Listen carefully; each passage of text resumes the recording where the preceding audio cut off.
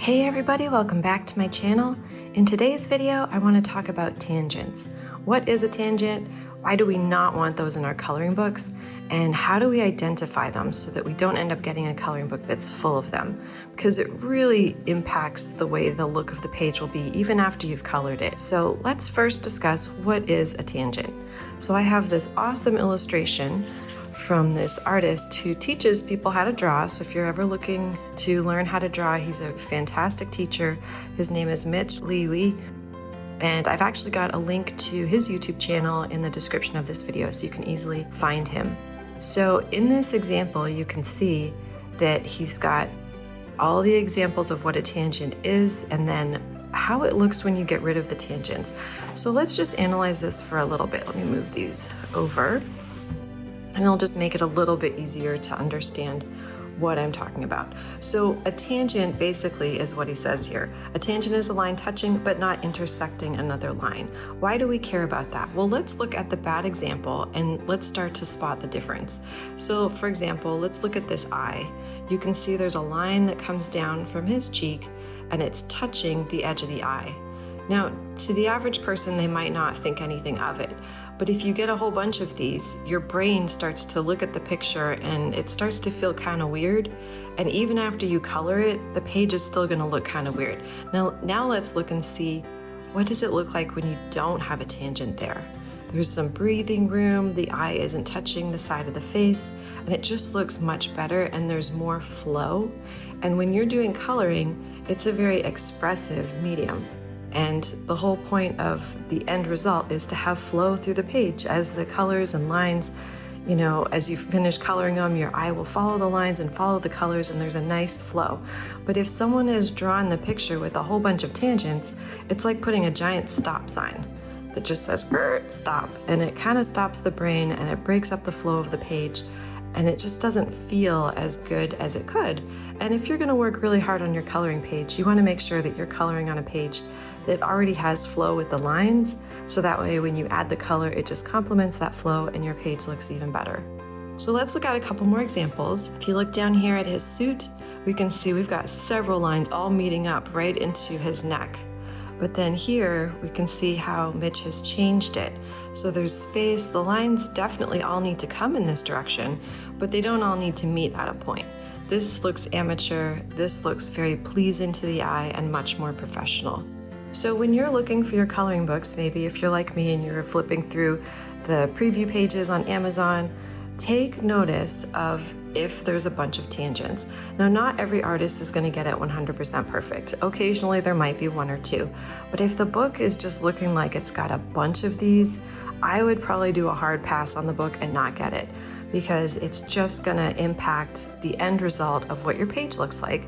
And you know, I don't know about you, but if I'm going to spend time coloring a page, I want the line work to at least be worthy of the time and effort that I'm going to put into coloring it. So now that we know what a tangent is, and we know that we don't want those, let's look at some other examples inside of coloring books to understand how color can actually create a tangent. And we'll start with this Cozy Cuties book. Now, I apologize, my book did have the early Penguin issues where it fell apart, but we're gonna try and keep it as assembled as possible for this video. So inside this book, we've got, hold on, Fudgy's a little bit in the way. Move back, Fudgy. So we've got a coloring page with a skyline. Now you can see that it's darker up here at the top and then it gets lighter as you go further down. And then there's some texture lines added in here. Now, if I had just taken this blue and went straight across the top and didn't put any variation and maybe lined it up right with the bottom of this cloud, so there was only dark blue in a strip that went right across this cloud, then what's gonna happen is it's going to create a visual tangent, because even though it's color, you're actually creating horizontal line work, which it's aligned. So when you're adding colors, you wanna make sure that you're not actually creating your own tangents on the page, and then when you get done, your brain's gonna be like, something's not quite right here, and you might not realize it until someone explains what tangents are, and then you'll be like, oh, I put a bunch of tangents in here and didn't even know. So this is an example of no tangents, but if I had run the dark right under this one, or maybe lined it up with all these trees, it would create these lines, and then it's gonna break up the flow of your page. And when the eye starts to look around the page, it's just gonna keep getting stuck there, and it's gonna hit those giant red stop signs. So let's look at another example. So this one, you can definitely see there's some definite lines in this skyline, but you'll notice that none of them cut anything off. They're not lining up with anything. They're allowing breathing room between the line and the clouds and the butterflies. It's not framing anything to where it's going to break up the flow and make you not want to continue looking at the rest of the page. So let's look at the example that I have. Got one more example for y'all in this cozy corner book. If I can get to it. So here's another example where, again, it's a skyline. Skylines tend to be where we make a lot of horizontal lines, and a tangent doesn't just have to be a horizontal line. It can be in any direction, but skylines are usually where in the world of coloring we might land into a pitfall and not realize what we've done.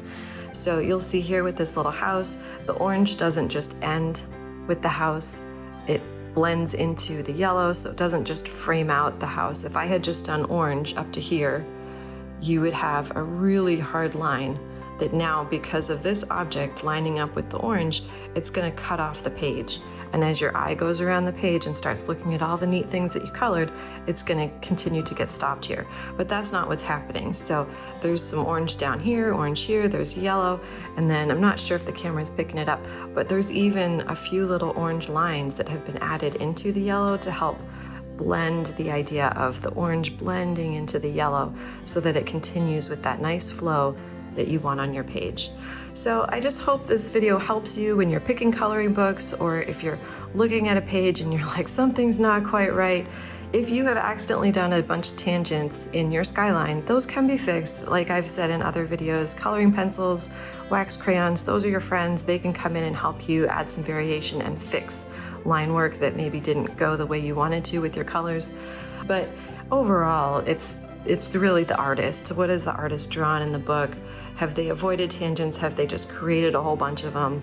And my recommendation is, if the book has a lot of tangents, just leave it on the shelf. Don't take it home, because it's not really worth the time and effort that you're gonna put into it. You'll notice too that the books that I feature on my channel, like Bogowayo, Sui Sui, Bogiki, they don't have a bunch of tangents in their coloring books, because I'm not going to lead you wrong. I will not use coloring books that have that in there, because they drive me crazy, and I want you to have a great end result and a wonderful coloring experience, just like I'm having with my books. So I'll only ever recommend the books that I feel are high quality, the line work is good, and when you color it, you're going to be happy with it, with the end result. So I hope this little video was helpful to explain what a tangent is, why do we care about them, how to identify them on pages, and how to eliminate accidentally making them, especially with our sunrises and sunsets. If you like my video, be sure to subscribe, give it a thumbs up, and I'll see you in the next one.